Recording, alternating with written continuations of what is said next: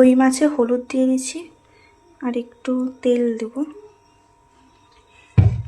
আমি এরকম মাছ ভাজলে তো যে কোনো মাছে, বিশেষ করে তো কই মাছে তো হলুদ আর তেল এরকম মাখিয়ে ভাজি। আজ আমাদের বাড়িতে কই মাছ রান্না হবে আর দেখাচ্ছি।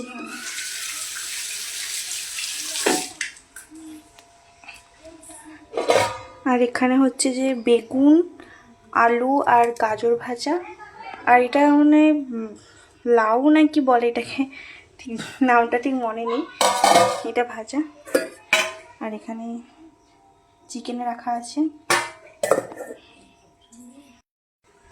আর ভাতটা মা আজকে বাইরেই করবে, দেখাচ্ছি তোমাদের। তাও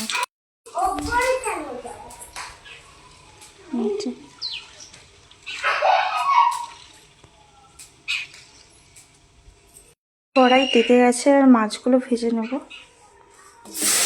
তোমাদের কারা কই মাছ খেতে ভালোবাসে অবশ্যই কমেন্ট করে জানাবে।